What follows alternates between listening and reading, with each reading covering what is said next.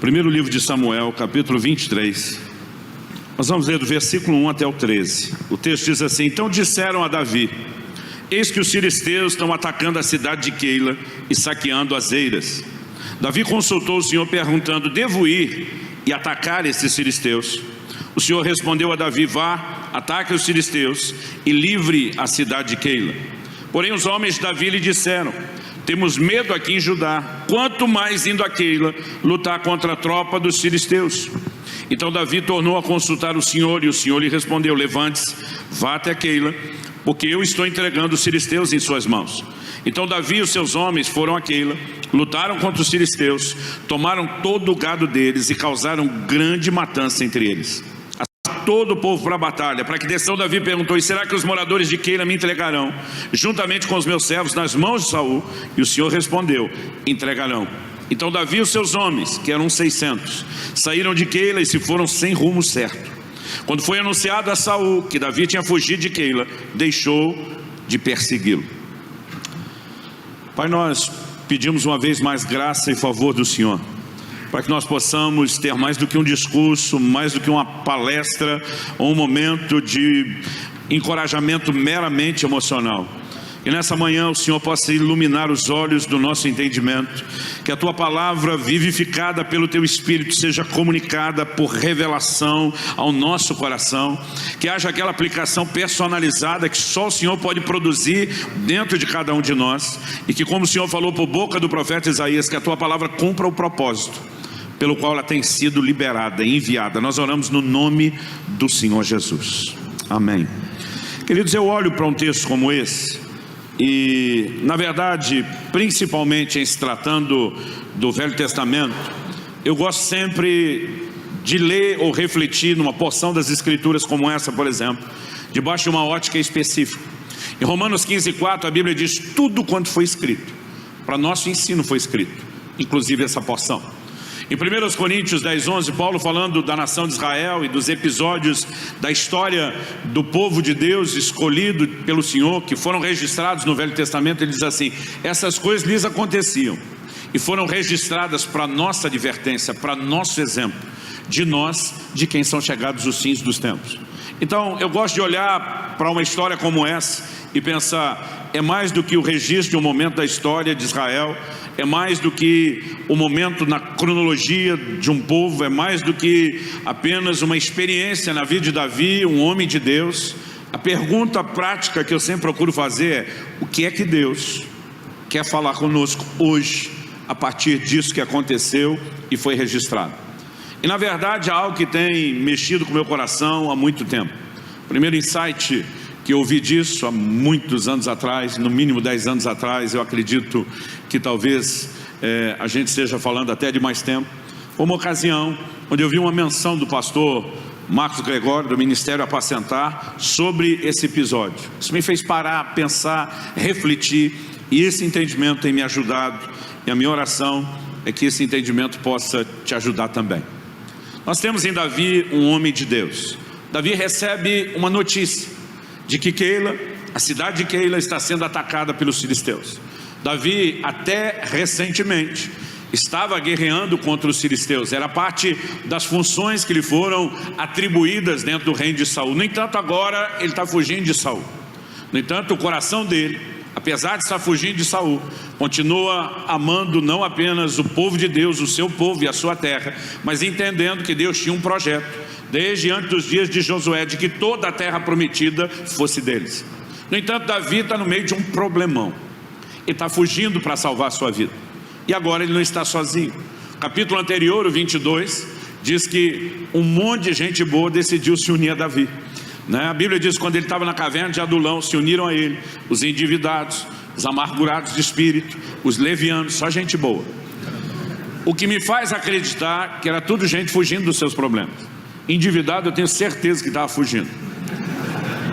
Mas quando a Bíblia fala de amargurados de espírito, indo para um lugar distante, para um lugar deserto, me parece que, apesar de não estarem fugindo de credores, estão fugindo de relacionamentos. Os levianos provavelmente um histórico, de ter deixado um rastro para trás de si e gente infeliz com eles, o que me faz deduzir ou concluir a mesma coisa. Eles de alguma forma se identificam com Davi, porque Davi também está fugindo dos seus problemas.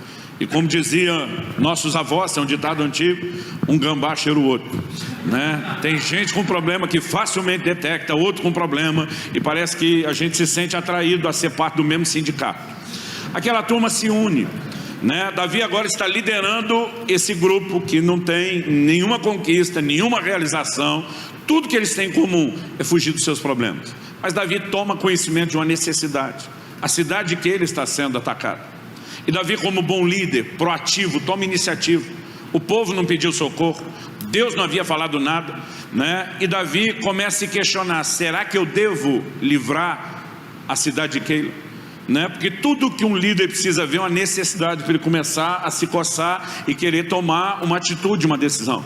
Porém, Davi sabe que não pode apenas executar um bom plano e ter uma boa ideia. Ele precisa se mover debaixo do plano de Deus, do propósito de Deus, da direção de Deus. Então ele consulta ao Senhor: eu devo ir e livrar Keila?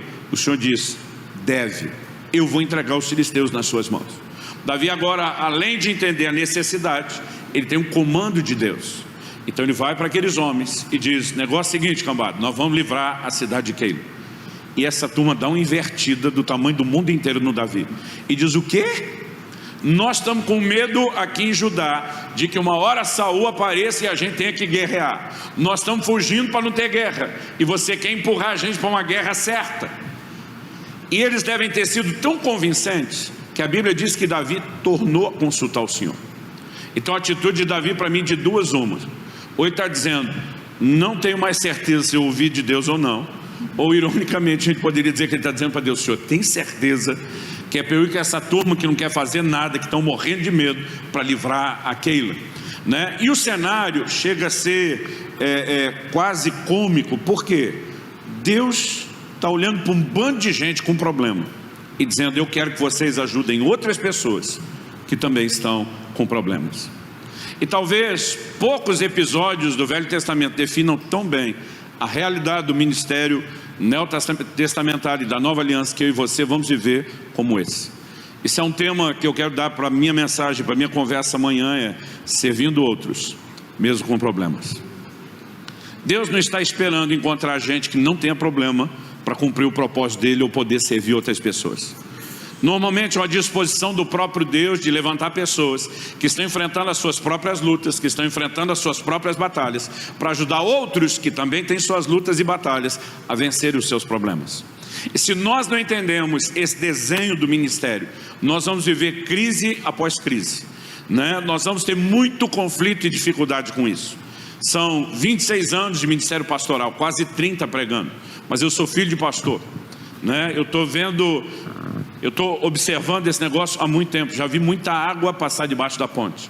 Agora, nas minhas viagens e converso com os pastores, né, é fácil perceber o como a não compreensão dessa dinâmica ministerial traz desânimo para muita gente. Então eu gostaria que a gente pudesse conversar um pouco a respeito disso, né? Eu acredito que nós precisamos, em primeiro lugar, reconhecer isso. A comissão que Deus nos dá de serviço não depende daquilo que eu e você passamos ou enfrentamos. Em Atos 1:8 o Senhor diz: recebereis poder, ao descer sobre vós o Espírito Santo, sereis minhas testemunhas. Onde? Ele diz: Jerusalém, Judéia, Samaria e até os confins da terra. Aí vem um avivamento, e a igreja está em Jerusalém e não vai a lugar nenhum. Você sabe quando é que a igreja realmente começa a cumprir a sua comissão? Atos 8:1 fala de uma grande perseguição. E daí a crentaiada, enquanto foge da perseguição, começa a anunciar o evangelho por onde passa. Compre pelo link na descrição desse vídeo. Né? Eu não sei se alguns problemas, às vezes, eles simplesmente vêm para mexer conosco, ou se a gente só pode classificá-los como parte da dinâmica da vida. Jesus disse: no mundo tereis aflições. Eu nunca vi um crente acordar de manhã e começar a reivindicar o cumprimento dessa promessa. Senhor, o Senhor prometeu aflições, eu levanto hoje, eu tomo posse, a tua palavra, o Senhor não pode mentir, eu reivindico minha cota de aflições, porque a gente quer fingir que isso não foi prometido. Não, é vitória. A vitória vem depois da luta. Não há vitória sem luta, não há ausência de luta, né? E nós muitas vezes tentamos mascarar algo, e eu acredito que isso acaba sendo muito prejudicial. Jesus disse: alguém vai construir uma torre, tem que sentar e calcular quanto custa. E quando nós falamos de ministério, a maioria de nós entrou e embarcou nessa sem calcular quanto custa, sem entender exatamente o que estava nos esperando, né? Onde é, na linguagem dos nordestinos que eu gosto muito, onde é que a gente estava amarrando o nosso jegue? Então nós precisamos ser honestos e olhar para a palavra de Deus e perceber que o desejo de Deus de que a grande comissão fosse cumprida, independia do bem-estar daqueles que tinham que cumpri-lo, independia dele estar vivendo um tempo de bonança ou debaixo de perseguição, né? Aquilo que Deus espera que eu e você possamos fazer para Ele em favor das pessoas, independe daquilo que eu e você enfrentamos. Então eu quero te apresentar essa ideia de um ministério, de um serviço, né, que não necessariamente precisa parar quando eu e você estamos enfrentando problemas e lutas pessoais. Em primeira carta de Paulo aos Coríntios, em segunda carta de Paulo aos Coríntios, existe algo que me chama a atenção na forma como o apóstolo Paulo fala de lutas que ele passa, de como ele recebeu o consolo de Deus, o como esse consolo é transbordado. Daqui a pouco nós vamos mexer nesse texto, o que me faz entender até que se eu e você não fomos experimentados nas lutas e batalhas, a nossa capacidade de consolar os outros não será tão precisa e tão boa. Mas a ideia do que eu quero trabalhar não é apenas que eu e você precisamos primeiro ter enfrentado lutas para então ajudar quem tem lutas. Na verdade, muitas vezes Deus vai nos usar, né, em contexto de lutas completamente diferentes. O problema de Davi é com Saul, o problema de Keila é com os filisteus. Talvez o que tivesse em comum é que cada um via o risco e o perigo de morte, mas há uma forma como eu e você, acredito, precisamos, né, olhar para essa dinâmica de um ministério que não necessariamente precisa parar por causa de problemas pessoais. Mas antes de falar daquilo que é o genérico, eu quero começar pela exceção.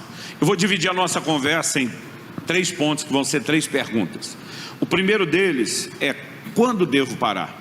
Porque eu não quero ser responsável e insinuar aqui que ninguém nunca, em momento nenhum de dificuldade, deveria parar. Eu acredito que há algumas exceções. Anos atrás eu vi uma mensagem do meu pastor que eu achei algo assim de muito valor, né? Se você uma hora dessa quiser dar uma xeretada, procurar no YouTube, vale a pena ouvir. O pastor Abe Uber pregou uma mensagem chamada 2 doenças que destroem líderes. Era uma reunião para pastores e líderes. Ele fala tanto de Sansão como de Elias. Quando ele fala de Sansão, ele diz: Sansão é o cara que não parou quando deveria ter parado. Ele começa a brincar com o pecado e não soube a hora de parar quando deveria ter parado. Mas ele também vai falar de Elias e diz: Elias é o cara que parou quando não deveria ter parado. Elias para por causa de desânimo, né? E ele consegue definir muito bem essas 2 coisas. E naquela mensagem, obviamente, ele diz: a não ser que você seja Sansão, então você não deveria parar. Então eu quero começar pela pergunta, né? Quando é que devo parar? O ministério não é um lugar de responsabilidade e cuidado só com os outros. Ele começa com a nossa própria vida.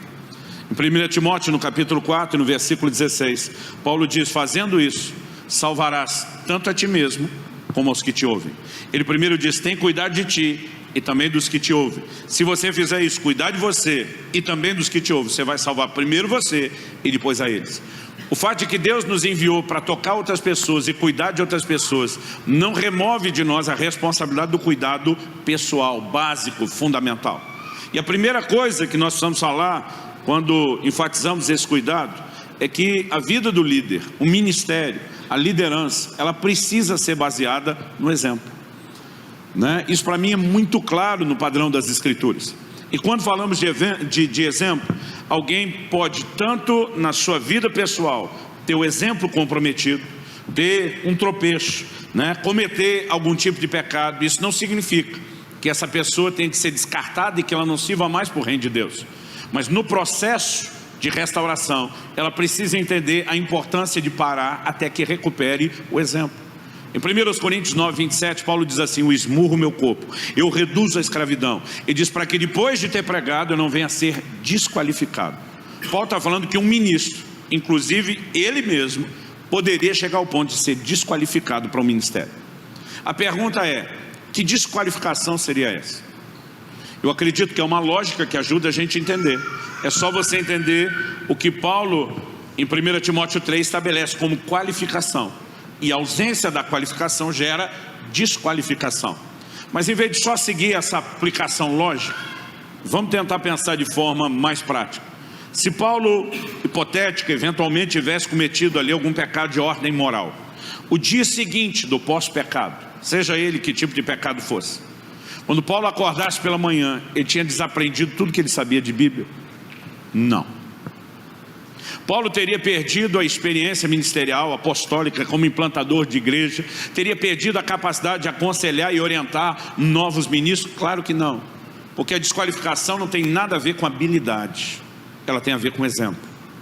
Aliás, nós precisamos entender que o ministério não tem a ver com habilidade, e sim com exemplo. Em 1 Timóteo, no capítulo 3, Paulo diz: aquele que almeja o episcopado, que quer ser bispo, ele diz: excelente coisa almeja. Então ele diz que tudo começa com uma vocação, com um anseio.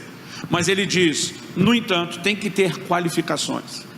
E ele vai apresentar, primeiro falando dos bispos, depois dos diáconos, uma lista. Se você eliminar as repetidas e segurar as diferentes, você tem 16 características explícitas das qualificações requeridas. Dá para tomar mais uma, dependendo a linha de pensamento, até duas por inferência. Não vou nem mexer nelas. Ele diz que depois de ter essas qualificações, a pessoa tem que ser provada, experimentada, para só depois disso ser estabelecido. Por quê? Não é apenas a pessoa que diz eu tenho as qualificações, as pessoas precisam conseguir ler na vida dessa pessoa a presença das qualificações. Dessas 16 qualificações, só uma diz respeito à habilidade: apto para ensinar. Todas as outras 15 são traços de caráter. Agora, como a igreja concentrou o treinamento e a preparação de líderes? Nós botamos a pessoa, seja num seminário, seja na escola, e nós fortalecemos a única habilidade: tem que ser apto para ensinar. Mas a maioria dos pastores com quem converso saiu do seminário, sem nunca ter tido uma aula de caráter.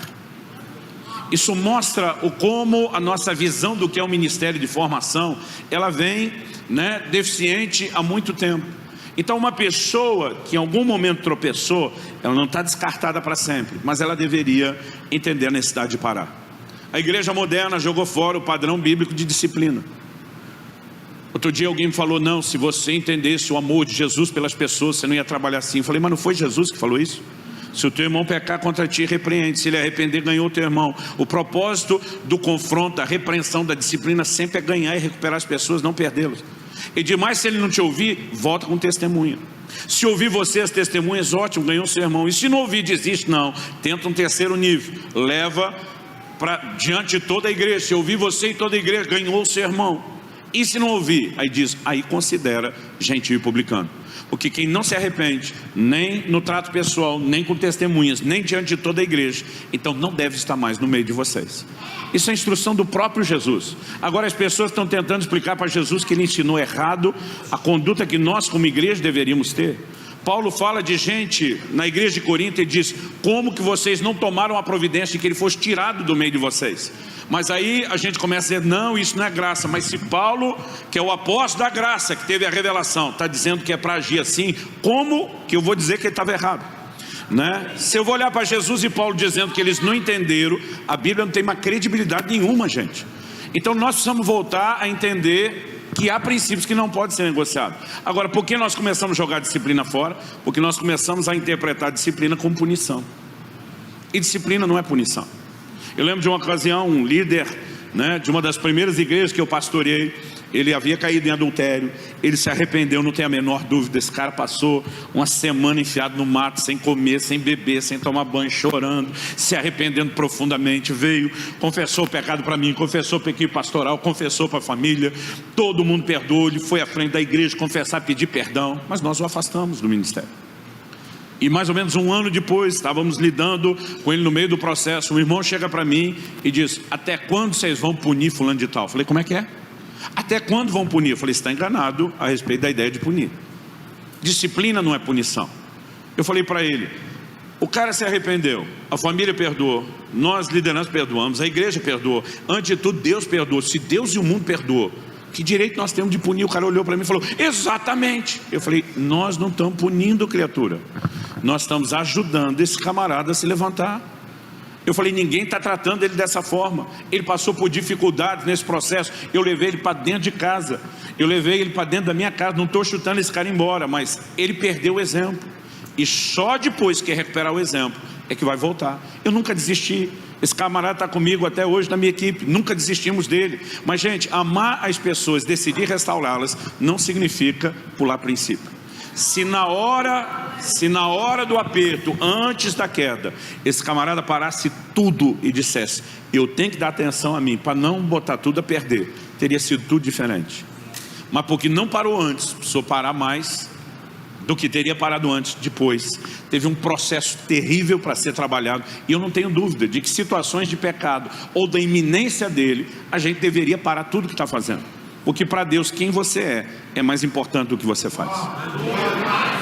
Quando Elias desiste, Deus não olha para Elias como uma máquina de produtividade dizendo, não posso abrir mão do seu serviço. Deus disse, ok, você está pedindo demissão toda. Deus disse, vai cumprir um aviso prévio primeiro, vai treinar outro para assumir o seu lugar e você vai embora. E quando Deus leva Elias, ainda os filhos dos profetas vêm, vamos procurar. Eliseu olha para ele e diz, esquece isso. O que ele está dizendo? Deus não vai tratar nenhum de nós como um copinho descartável desse de água que você bebe e joga fora, né? Eu acho interessante, gente, se eu sou Deus, e graças a Deus não é eu que sou Deus, é Ele. Nunca o cara desistiu daquele jeito e eu tirava de uma forma tão honrada. Mas para Deus, quem nós somos ainda vale mais do que aquilo que nós fazemos. Então nunca perca isso de vista. Talvez o problema não seja seu, aqui hipoteticamente da necessidade de parar. Mas se houver uma situação familiar que requer atenção, meu conselho, pare tudo se necessário, mas não brinque com a família. Em 1 Timóteo, no capítulo 3, quando Paulo está mexendo nas qualificações, pelo menos duas delas envolvem questões familiares. Primeiro ele diz, marido de uma só mulher, e isso está valendo. Eu não achei que chegaria o dia que nós ia ter que voltar a pregar para os líderes, tem que ser marido de uma só mulher e vice-versa. Mas hoje em dia a gente está tendo que lembrar o básico. Mas ele diz, e que tem os filhos sob disciplina, com todo respeito. Então Paulo taxativamente diz, porque quem não sabe governar a sua casa, como é que vai cuidar da igreja de Deus? Se as coisas estão desandando na família, tudo deveria ser parado. A família deveria ser restaurada em primeiro lugar, porque ela é o bem mais precioso que Deus te deu. Mas em segundo lugar, porque se ela não estiver funcionando, você está desautorizado a querer exercer governo no ministério. Então isso precisa ser dito de novo, né? Precisamos voltar a falar dessas coisas. Moody, o grande evangelista, né? Esse homem, em pleno século XIX, teve um ministério que impactou muita gente. Acredita-se que Moody tenha levado a Cristo pelo menos 500 mil de pessoas. Numa época eles não tinham mídia como a nossa. Pensa num cara que produziu. Declaração do próprio Moody. Acredito que a família foi estabelecida muito antes da igreja, e o meu dever é primeiro com a minha família, não devo negligenciar a minha família.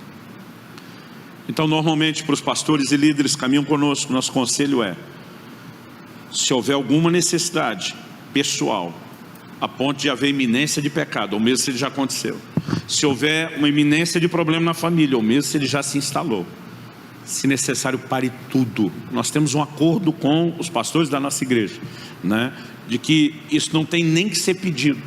Eu digo, olha, se você percebe que algo sério está acontecendo no casamento, algo sério está acontecendo na vida dos filhos, pare tudo, né? E nós temos uma disposição, não dizer separou e está por conta, porque tem gente que não para se cuidar com medo de não ter sustento. Então normalmente a gente tem um compromisso, você vai cuidar de si ou da sua família, nós estamos do seu lado e vamos manter sustento. Mas mesmo se não houvesse, eu digo para alguns, é melhor você baixar o padrão de vida por um bom tempo, né, do que simplesmente enterrar o seu ministério por muito mais tempo depois. Agora isso é exceção e eu não quero gastar muito tempo discutindo isso.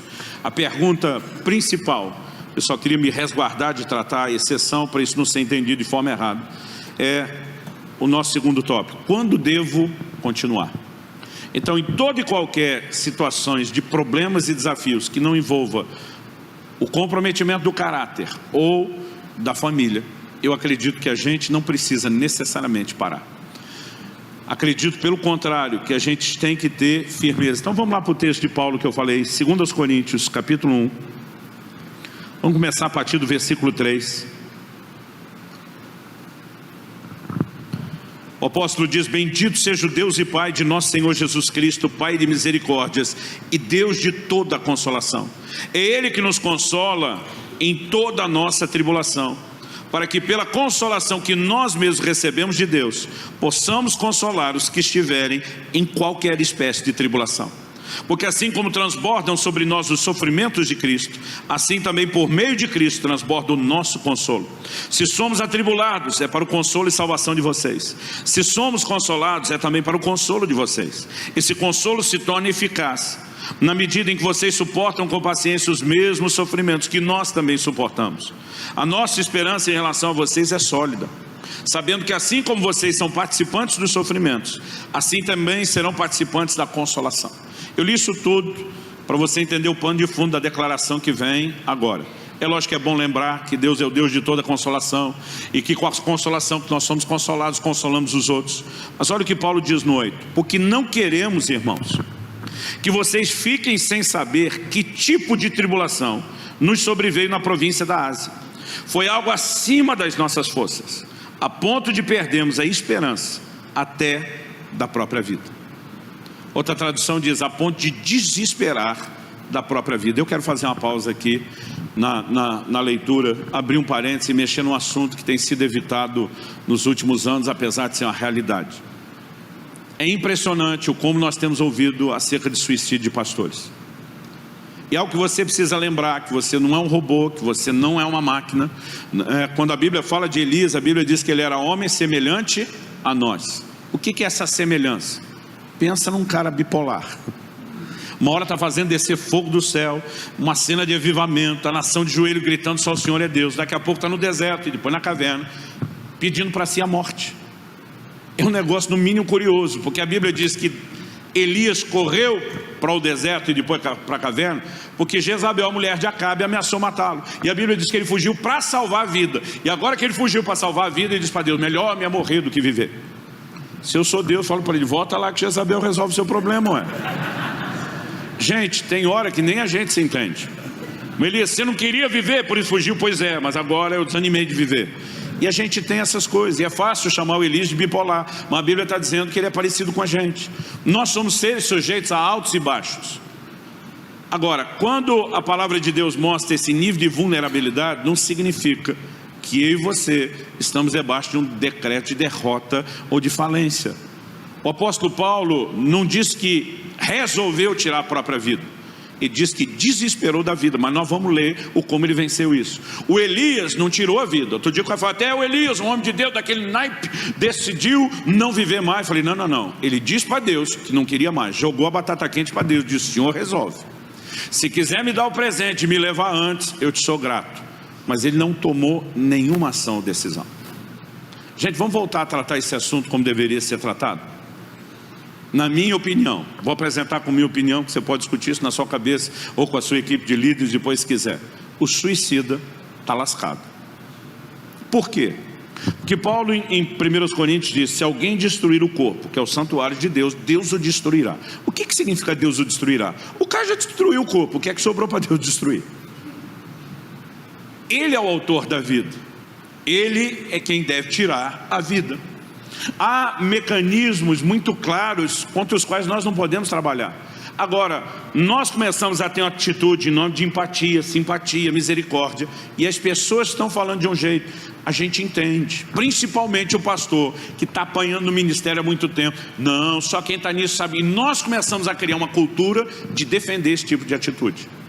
Paulo desesperou da vida, sim. O que é que ele fez com isso? Versículo 9, o seguinte, ele diz: de fato, tivemos em nós mesmos a sentença de morte, para que não confiássemos em nós mesmos, e sim no Deus que ressuscita os mortos. Paulo diz: quando eu vi que eu desesperei da vida, que não tinha vontade de viver, isso me fez lembrar: primeiro, eu não posso confiar na minha força ou habilidade, mas eu tenho que confiar em Deus que ressuscita os mortos. Paulo diz: eu não morri, mas estou aqui meio morto, e eu tive que acreditar num Deus que vai reverter essa condição, que vai mudar esse quadro. Agora olha o versículo 10: o qual nos livrou e ainda livrará de tão grande morte. Nele temos esperado que ainda continuará a livrar. Sabe o que Paulo está dizendo? Eu sei que vai bater essa deprê de novo, e do mesmo jeito que ele me livrou uma vez, eu confio que ele vai continuar me livrando. Em outras palavras, ele está dizendo: eu não me entreguei para isso, eu permiti que Deus agisse, eu permiti que Deus me levantasse. Agora nós estamos começando a adotar um discurso diferente do da Bíblia. Em vez de falar que Deus ressuscita os mortos, que Ele muda e molda as nossas vidas, nós estamos simplesmente tornando um padrão, uma jurisprudência, desistir e tirar a vida. Isso é inaceitável. Vamos fechar o parênteses e voltar na nossa conversa, que hoje nós estamos atirando para todo lado aqui. Quando devo continuar? Você vê um Paulo, irmão, que não importa o que tenha passado, decidiu não parar. Em Gálatas 4, nos versículos 13 e 14, ele confessa para os Gálatas: vocês sabem que eu vos preguei o Evangelho a primeira vez por causa de uma enfermidade. Alguns estudiosos acreditam que a Galácia não estava necessariamente na rota da viagem missionária, que provavelmente tenha sido um desvio por ser um centro de apoio médico, que talvez Lucas na viagem de Paulo: você precisa cuidar de você precisa dar um tempo. Nós não sabemos, tudo isso é especulação, mas me parece que Paulo não está dizendo para eles: eu vim por um chamado. Paulo está dizendo: eu estava com um problema, e mesmo no meio do meu problema, eu não deixei de abençoar vocês. Segundo Reis, capítulo 13, versículo 14, a Bíblia diz que Eliseu estava enfermo, da enfermidade que veio morrer. Quando eu faço as contas, a Bíblia não diz a idade que Eliseu morreu, mas quando eu faço as contas de quantos reinados ele profetizou, e a Bíblia diz quanto tempo esses reis profetizaram, então na minha conta, ainda que ele tenha começado muito novo, ele tem que ter no mínimo mais de 80 anos de idade. Nós estamos falando de um camarada que já era para estar aposentado, está num momento difícil. E quando o rei Joás vem visitá-lo, provavelmente uma visita social de despedida, ele se permite ser um instrumento de Deus e começa a profetizar e ministrar a vida do rei. Porque as minhas e as suas lutas pessoais não precisam necessariamente ser um empecilho para que a gente abençoe a vida de outros. Paulo está na cadeia, junto com Silas, foram açoitados, ninguém tratou das feridas, estão com os pés amarrados no tronco. A maioria de nós já estaria resmungando para Deus: é assim que o Senhor recompensa? A Bíblia diz que os dois estão orando e cantando louvores. Gente, nós não podemos confiar em nós mesmos. Se a gente não se fortalecer em Deus, nós não vamos aguentar o tranco do ministério. Enquanto eles estão lá adorando a Deus, vem um cenário que reverte tudo. E daqui a pouco esses dois estão evangelizando, ganhando para Cristo o carcereiro, sua casa, batizar a família toda do camarada, né? E você percebe a disposição de servir outros, mesmo com problemas. Agora, muitas vezes isso vai gerar um choque emocional para nós. Em Gênesis, no capítulo 20, no versículo 17, a Bíblia diz que Deus mandou Abraão orar pelas mulheres da casa de Abimeleque, porque todas elas estavam com o útero, o ventre fechado. Ele ora, Deus abre a mar de todo mundo. Todas as mulheres da casa de Abimeleque foram curadas com a oração e a ministração dele, mas Sara continua estéril. Muitas vezes isso vai ser um choque nas nossas emoções, porque Deus pode nos usar a ministrar na necessidade de outros, e às vezes a gente percebe que a nossa ainda não foi revertida, e aí bate aquele senso de injustiça. Eu me lembro de uma ocasião, isso deve ter sido em janeiro de 1998, se eu tiver certo. No finalzinho de 97, eu tive um problema sério, uma hérnia de disco. Eu estava fazendo uma mudança em casa e fui carregar uma caixa enorme, cheia de louça. Fazia 2 anos que eu tinha me casado. Então assim, era aquele monte de louça cerâmica nova que a gente tinha ganhado, umas coisas bonitas que Malemar usava quando vinha uma visita ou outra. Mas apesar de quase não usar, minha mulher amava aquilo. Então eu falei: ninguém mexe na caixa cerâmica, essa eu levo. Com medo de alguém, né, derrubar aquilo. E aí na hora de pegar, eu flexionei os joelhos, tive cuidado com a coluna, levantei.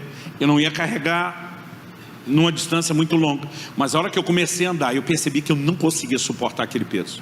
Aquilo eu sentia, como estava forçando, né, as costas, os braços, tudo. E eu falei: não vou aguentar. Se eu largasse de uma vez, aquilo tudo quebrava. E eu fiquei na dúvida entre quebro a louça ou me arrebento. E eu tentei descer, mas já não tive o cuidado de flexionar as pernas e descer com a coluna reta. E quando eu dobrei, eu vi o estalo. E a hora que deu o estalo, eu já não consegui levantar mais. Eu cheguei a ficar 15 dias de cama sem conseguir andar. Eu implorava para o médico da igreja que estava me atendendo, dizia: dá morfina. Ele dizia: pastor, não posso. Eu dizia: você não sabe o que eu estou passando? Ele falou: não sei mesmo, eu tenho uma noção, eu só estudei, mas na pele eu nunca senti. Aquilo foi assim, pensa numa angústia, num sofrimento. Mas daqui a pouco eu levantei da cama e estou andando com muita dificuldade. acho que era a perna direita, eu arrastava ela, eu tinha muita dificuldade para andar, mas com um mês que eu estou arrastando a perna, eu tinha um compromisso, que os irmãos não foram muito flexíveis, e eu tive que viajar e pregar. Não, pastor, está anunciado, nós estamos esperando, tal, e lá fui eu. E eu lembro quando subi no púlpito, eu venho arrastando a perna, levou um tempão para eu chegar no meio, com muita dificuldade. E eu lembro que quando cheguei no púlpito, nele eu debrucei, e ali não me mexi mais. Expliquei, falei, gente, vocês viram a dificuldade de eu andar, estou com uma hérnia de disco, tive um acidente, né, com uma mudança, né? Tenha misericórdia, ore por mim, entenda que eu vou ministrar aqui dessa forma. Eu estou lá mais ou menos chegando para o fim da mensagem, para a conclusão, e me vem a palavra de conhecimento. O Espírito Santo falou claro comigo: chame à frente todas as pessoas que estão sofrendo de hérnia de disco, e eu vou curar todos. Nunca na minha vida eu tive um comando desse, de que Deus ia curar todo mundo de um mesmo problema. Às vezes a gente vê vários, mas não todo mundo. Eu comecei a rir, e eu falei no microfone, falei, gente, casa de ferreiro, espeto de pau. Eu estou aqui com esse problema que vocês já viram, que eu já expliquei, mas Deus acabou de me dar essa palavra. Se você está com esse problema e, a despeito do meu estado, conseguir acreditar no que Deus está fazendo, sai do seu lugar, vem para cá. O auditório não devia ter mais do que 400 pessoas, mas uns 20 vieram à frente. E eu fiquei impressionado, falei, pera, é tudo hérnia de disco, a turma? Eu falei, vamos fazer o seguinte, quem não está com dor, fica aí à minha esquerda, e quem está em crise, com dor, bastante dor de preferência, vem para cá à minha direita, porque eu falei, eu quero começar a orar por quem está com dor. Falei, se orar por quem está sem dor, nós não vamos saber se Deus fez, mas se orar primeiro por aqueles que estão com dor, e a dor sumir, vocês vão ver que o negócio é sério, que Deus está fazendo. Só 3 ficaram lá, todo o resto veio para o lado de cá. Minha vontade de dizer, um absurdo, tanta gente sofrendo, mas lá vou eu. Aí eu dizendo para eles, Deus está aqui para curar as pessoas de hérnia de... Gente, eu me senti um pateta. Eu dizia para Deus, por que o senhor faz uma coisa dessa comigo lá por dentro? Aí, mais difícil ainda foi descer a escada. Mas na hora que eu vou impor as mãos sobre o primeiro, gente, parece, eu não consigo explicar isso de outro jeito, parece do meu ombro aqui ser um tiro de um canhão. Foi um negócio forte, rápido, quente, que correu todo o meu braço, foi sincronizado. A hora que eu estendi, aquilo aconteceu, e a hora que eu toquei na testa dele, o calor estava saindo pela minha mão. Nunca experimentei isso, nem antes, nem depois. Outro dia eu contei isso, não foi claro, o irmão falou, dá para dar um tirozinho na minha testa aqui hoje? Eu falei, não, o tiro não depende de mim. Mas a hora que eu toquei, eu vi a reação da pessoa, e eu percebi que aquilo, que quer que seja, né, a manifestação da unção tinha entrado nele. Falei, o que foi? Ele falou, um calorão entrou em mim a hora que o Senhor me tocou. Eu falei, cadê a dor? Meu Deus, não tem mais dor. Gente, tudo que você precisa na hora dessa é o primeiro ser curado. Aí mexe com a fé de todo mundo. Os caras começam a gritar, pular, fazer festa. Olhei pro segundo, falei, tá pronto. E nessa hora eu já estou valente que só. Estou pronto, impus as mãos sobre ele, de novo o tiro do canhão. Eu vi a reação dele, falei, esquentou. Aí ele falou, não, uma coisa gelada entrou em mim. Falei, estava quente a hora que saiu daqui. Eu falei, mas não importa a temperatura, cadê a dor? Meu Deus, não tem mais dor. Irmão, era um por um, eu ia tocando e ele sendo curado. Lá pelo 6º, mais ou menos, eu pensei, não é justo, porque de um para o outro lá vou eu. O Senhor vai curar você agora. Aí eu pensei, não é justo todo mundo recebendo e eu não. Mas como ficaria muito feio eu impor a mão em mim mesmo, eu tentei mais discreto, dar uma roubadinha. Pus a mão nas costas. Tinha mulher grávida, pus a mão nas costas. Recebe. Para mim não tinha tiro de canhão, para mim não tinha calor. Aí eu botava, aleluia. Aí eu pensei, acho que agora está funcionando um sim, um não. Tentei pegar o sim para mim, dar um não para o outro. Gente, todo aquele povo foi sendo curado e nada para mim. Quando terminou, eu sentei num canto, eu estava aborrecido. E nunca mais falei mal de Jonas. Porque tem hora que você fica aborrecido na sua carnalidade e não entendeu o que Deus está fazendo. Falei para Deus, se alguém me acusar de falta de unção, eu recorro ao Supremo Tribunal Celestial, apelo em última instância.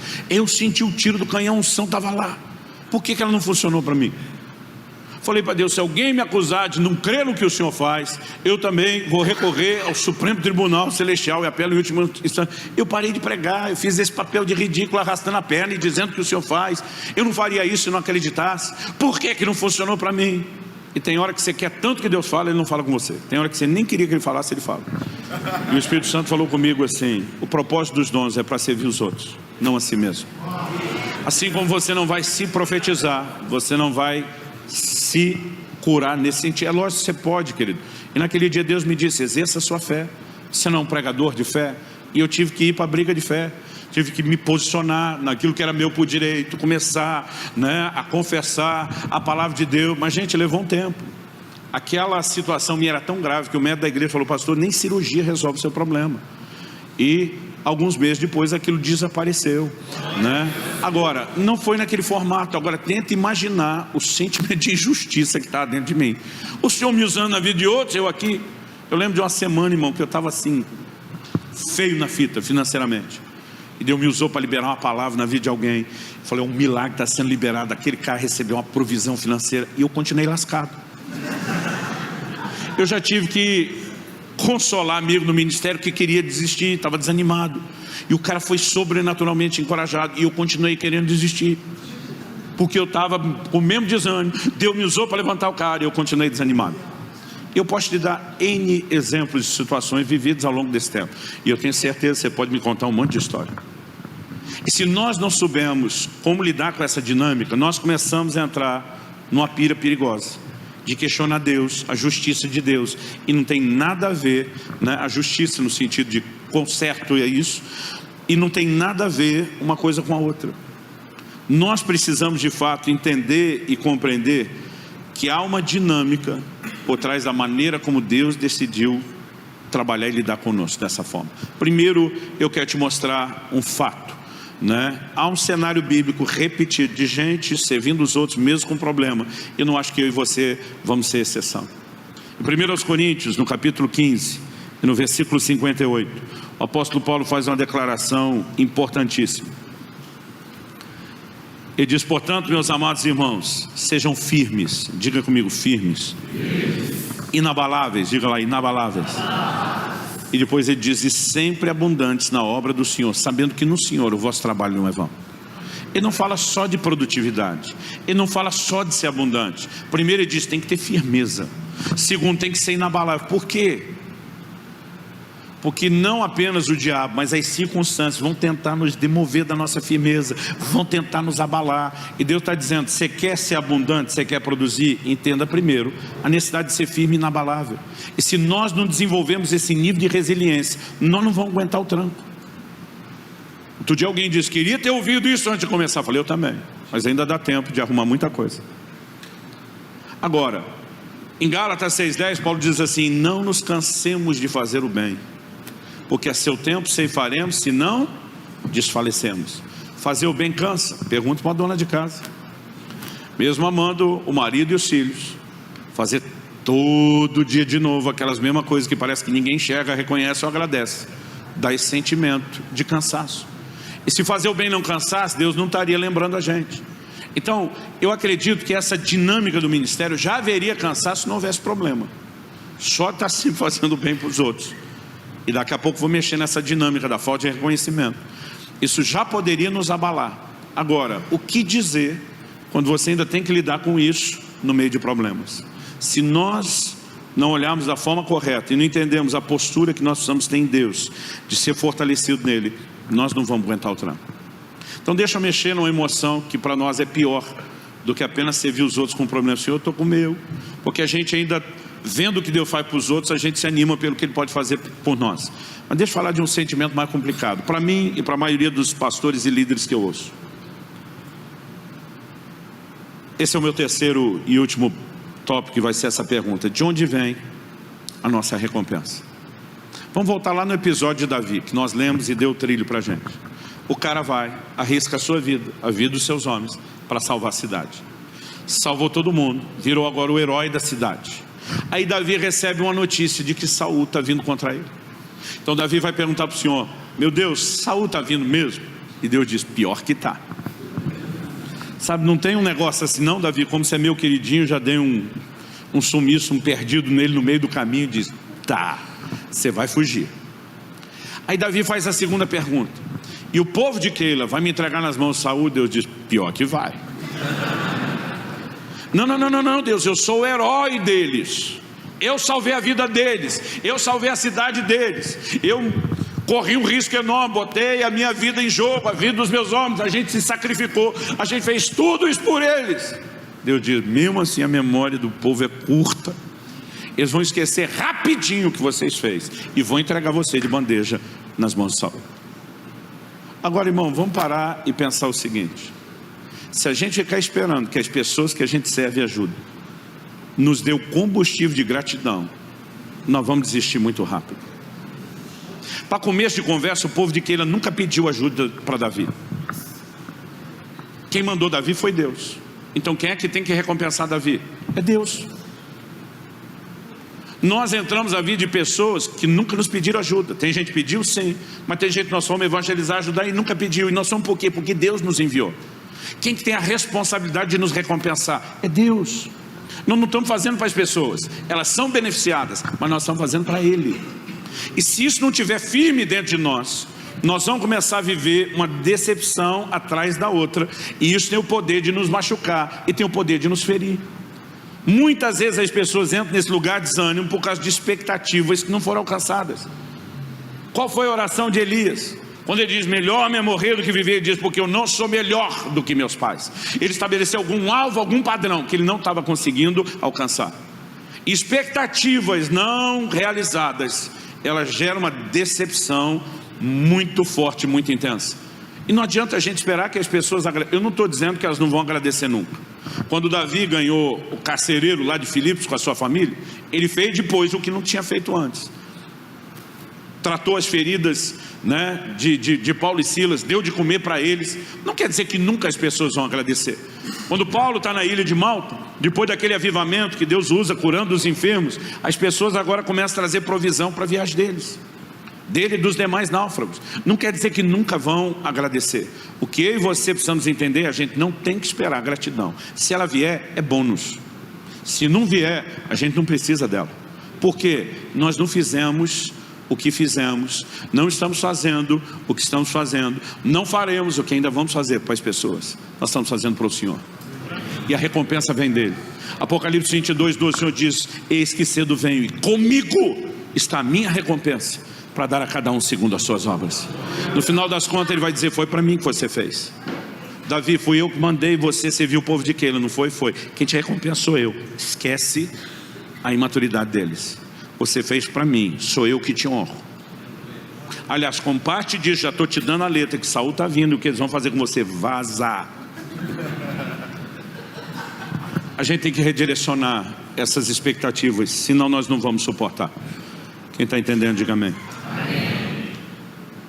Além de que, muitas vezes quando estamos servindo os outros no meio de problemas, Deus mandou o Jó orar pelos amigos dele. Por quê? Porque os amigos da onça, que estavam falando mal de Jó e de Deus, a ira de Deus se acendeu contra eles, e o negócio ia ficar feio para o lado deles. Aí Deus manda Jó orar pelos seus amigos. Quem que está pior na história, gente? Se você olhar a circunstância natural, é Jó, o espiritual não. Mas a Bíblia diz que enquanto Jó orava pelos seus amigos, Deus mudou o cativeiro dele. Nós podemos ser surpreendidos em níveis que nós não imaginamos, quando nós nos dispomos a servir as pessoas. Aliás, não tem forma melhor de chamar a atenção de Deus para nós do que focar nos outros. O anjo de Deus aparece para Cornélio e diz, tuas orações e tuas esmolas, o que você faz para os outros, subiu para a memória diante de Deus. Então, eu vim aqui para te dizer, não pare, não desanime. Você vai enfrentar lutas, vai, mas você pode vencê-las. Também não estou dizendo que você vai apanhar que nem prego levando a cabeça a vida inteira sem ver intervenção de Deus, sem ver mover de Deus. A maioria de todos os problemas que em algum momento me desanimaram, eu vi intervenção de Deus de uma forma assim espetacular. Poucas foram aquelas coisas que você olha e diz, se resolveu naturalmente ou foi o dedo de Deus. Eu sei que mesmo essas que não dá para garantir que foi sobrenatural, se resolveram. Eu não estou dizendo que a gente tem que viver simplesmente caído, mas até que a vitória chegue no nível do nosso problema, nós não podemos parar. Se nós condicionarmos o ânimo do ministério, aquilo que nós enfrentamos, nós vamos ser muito inconstantes e pouco produtivos. Mas para ser abundante na obra do Senhor, nós vamos ter que ser firmes, nós vamos ter que ser inabalável. Minha oração é que você saia daqui hoje com sangue nos olhos, faca no dente, né, dizendo, eu vou cair para cima e ninguém vai me parar, em nome do Senhor Jesus. Compre pelo link na descrição desse vídeo. Eu vi uma história, um testemunho de uma amiga querida. Ela é o testemunho de conversão mais impactante que eu já tomei conhecimento na minha vida. A forma como Deus tirou essa senhora do reino das trevas, da magia, eu nunca vi nada igual. Ela já está 50 anos na fé servindo ao Senhor. Não estamos falando de alguém que está na empolgação. Há uns 20 anos atrás, já faz pelo menos isso, ela me contou. Ela diz: Luciano, por conta do testemunho, muitas portas foram se abrindo e Deus me levou a pregar evangelhos em lugares que eu não imaginava. Ela diz: eu transitei muito na América Latina, nos países hispanos, de fala hispana. Ela diz: uma certa ocasião eu estava viajando pelo Chile de ônibus. E diz: os recursos não eram como hoje, né? A logística de viagem não era como hoje. Então ela diz: eu estou passando pela cordilheira lá dos Andes de ônibus, olhando para fora, vendo aquela neve. Ela diz: eu estou num desânimo, numa canseira assim inexplicável. Ela chegou a dizer: nós mulheres não temos a estrutura de aguentar esse ritmo de viagem como vocês os homens. Talvez pela ligação com a família. Ela diz: eu não sei, né? Talvez uma questão física. Ela diz: eu estava no limite, e olhando para aquela janela com a cabeça encostada no vidro, olhando para aquela neve do lado de fora. Ela diz: eu comecei a chorar. Ela diz: eu dizia: Jesus, eu não aguento mais. Tanto tempo fora de casa, tanto sacrifício, tanta renúncia, tanta entrega. Eu não aguento mais. Eu quero parar. Eu não consigo mais. Ela diz: eu estou só no pensamento, não estou verbalizando, porque eu estou dentro de um ônibus com mais gente. Ela diz: de repente senta alguém do meu lado. Falou: Luciano, estou falando daqueles ônibus antigos, que o banco era único. E o jeito que a pessoa sentou não foi assim tão leve, cuidadoso. A pessoa meio que quase que se jogou. E quando alguém senta nesse tipo de banco, balança do outro lado. Ela diz: na hora eu senti o balanço, além de ter ouvido o barulho. Sabia que alguém tinha sentado do meu lado. Ela diz: estava viajando sozinha. Eu pensei: não, é só o que me faltava, é companhia essa hora. Porque ela diz: não queria ver ninguém, não queria falar com ninguém. Ela diz: mas curiosa, eu apenas olhei com o canto do olho, com o rabo do olho, e tudo que eu consegui enxergar no ângulo que estava na minha cabeça era o pedaço da perna esquerda dele do meu lado. Ela diz: pensa num homem estranho. O homem estava usando um vestido até metade da canela, uma sandália no pé, uma sandália antiga. Ela disse que pensou: quem num clima desse de neve do lado de fora vai estar de sandália no pé, sem meia, canela exposta? Que homem usa vestido? Ela disse: está pensando naquilo, e de repente esse homem aproxima e começa a falar perto do ouvido dela e diz: minha filha, não desista. Eu preciso de você. Eu preciso do seu serviço. Não é apenas as pessoas, eu preciso. Você está fazendo isso para mim. E ela me disse: Luciano, em vez de simplesmente agradecer que Deus está mandando uma resposta e um profeta para falar disso, ela diz: meu coração fechou. Ela diz: eu pensei: pronto, é só o que me faltava. Um louco, ela pensou no louco pelo jeito, estava vestido, metido a profeta, sentado do meu lado, e agora não me dá nem o direito de desistir. Ela disse: logo depois de falar aquelas palavras, ele simplesmente se levantou. E daqui a pouco ela se deu conta de como ela foi rude, não olhou, não agradeceu, não cumprimentou, não correspondeu. E disse que ela começou a se sentir mal, e ela decidiu resolver aquilo. Ela disse: Luciano, o ônibus está andando, em momento nenhum o ônibus parou. Mas agora eu começo a ir e voltar do ônibus e procurar o homem vestido daquele jeito, e não tem ninguém vestido daquele jeito. Depois de ir e voltar várias vezes, não consegui achar. Ela diz: eu perturbada com isso, pergunto para a pessoa sentada atrás de mim: para onde foi o homem que sentou do meu lado agora? Eu disse: senhora, só está viajando sozinha todas essas horas. Não, alguém acabou de sentar do meu lado. Eu disse: não, ninguém sentou do seu lado. Ela pensa: a mulher está distraída. Ela começa a perguntar para os outros. Ninguém levantou, ninguém andou, ninguém viu coisa nenhuma. E ela está assim: não, eu tenho certeza, eu não estou maluca. E de repente o Senhor falou ao coração dela: eu sentei ao seu lado, eu falei contigo. Aí diz: ah, Luciano, que arrependimento. Eu desprezando a presença dele, eu desprezando as palavras dele. Ela falou: nessa hora eu comecei a entender como a gente se fecha nas nossas dores, a ponto de muitas vezes não deixar Deus nos consolar. Não é que Ele não está consolando. Ela diz: o próprio Senhor senta ao meu lado, fala comigo. Eu eu não reconheço, eu não percebo, eu não me abro, eu não me deixo estar debaixo do impacto daquilo.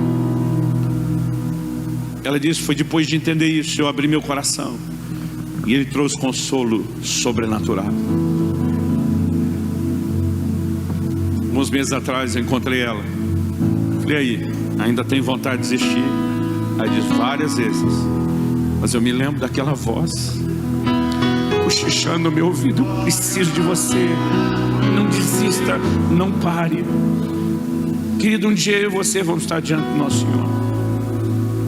E quando Ele sorri para mim e para você, com aquele sorriso no rosto, dizer, servo bom e fiel, acredite, tudo terá valido a pena. Essa é a hora que nós vamos olhar para trás, para toda vontade de desistir, dizer, perdeu o desânimo. Nós vamos olhar para trás e dizer, valeu a pena não ter parado, valeu a pena não ter desistido. Eu creio que nessa manhã, mesmo que não se sente ao seu lado, um vestido no meio da canela e com sandália no pé, nosso Senhor está dizendo, eu preciso de você, eu preciso do seu serviço, eu preciso que você sirva os outros mesmo com problemas. Isso não significa que você não vai ver intervenções de Deus na sua caminhada.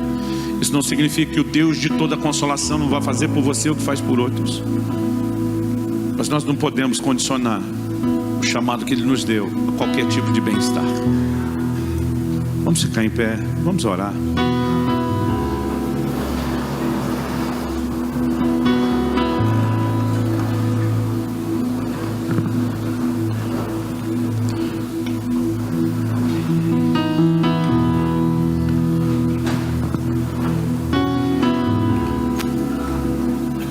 Nesses 26 anos, eu pastoreei e estive à frente de 3 igrejas, em 3 cidades diferentes do nosso estado. Minha primeira experiência, meus primeiros 9 anos, eu me feri muito. Porque eu esperava que as pessoas fossem agradecidas. Eu esperava que mesmo sem dizer um muito obrigado, pelo menos elas vivessem de uma forma que expressasse gratidão ao investimento. Porque não encontrava isso em todo mundo. Aquilo me doía muito. À medida que você vai aprendendo a não exagerar na expectativa ou a colocá-la no lugar certo, as coisas vão mudando. Alguém me perguntou outro dia, pastor, o senhor não se machuca com as pessoas do ministério? Falei, machuquei muito no início. O senhor blindou o coração para elas? Falei, não, mudei a minha expectativa. Cada vez que eu faço algo por qualquer pessoa, eu penso, não é por você, não é para você que eu estou fazendo. Você está sendo beneficiado do que meu Senhor queria para você, eu estou fazendo é para Ele.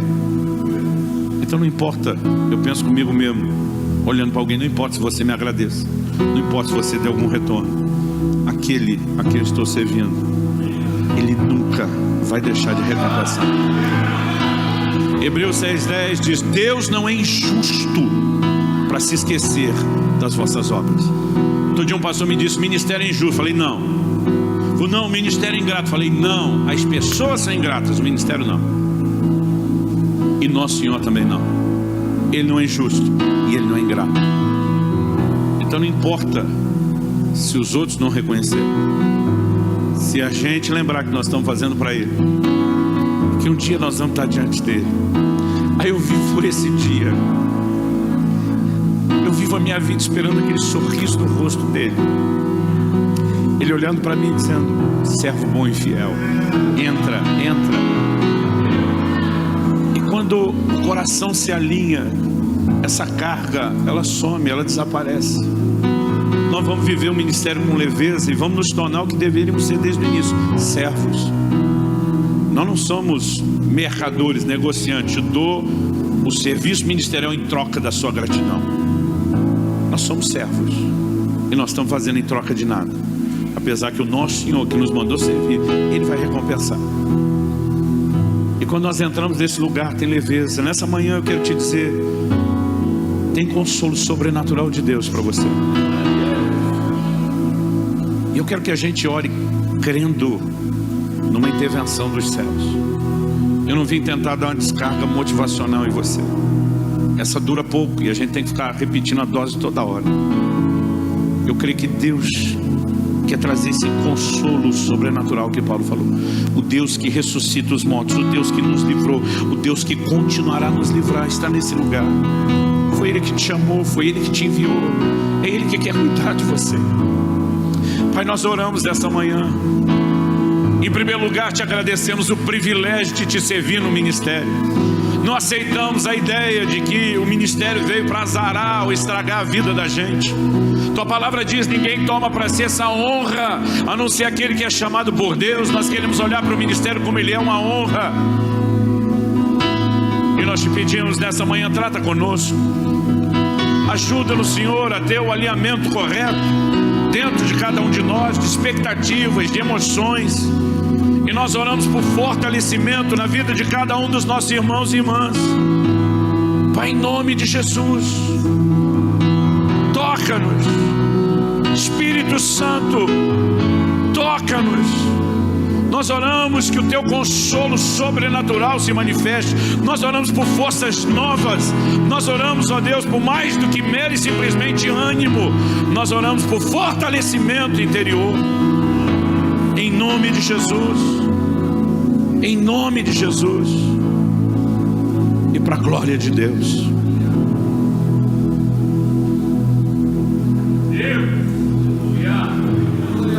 Bendito seja o nome do Senhor. Clique e veja mais vídeos como esse.